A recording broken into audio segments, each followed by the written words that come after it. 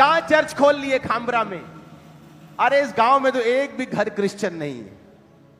अरे कहीं वहां जाओ जहां 10, 15, 20 घर क्रिश्चियन तो हो, और शहर से इतना दूर जंगल में कहां चर्च खोल लिए हो?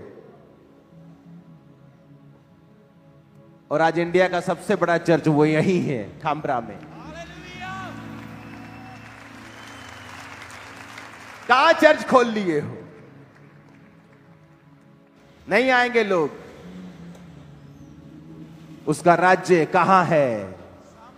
आज से आप, आपके बच्चे, आपका घराना power of the Holi ghost में, अनॉइंटिंग में चले, देखे, उठे, बैठे, खाए, पिए, बात करे, पढ़े भी, इन जीसस नेम।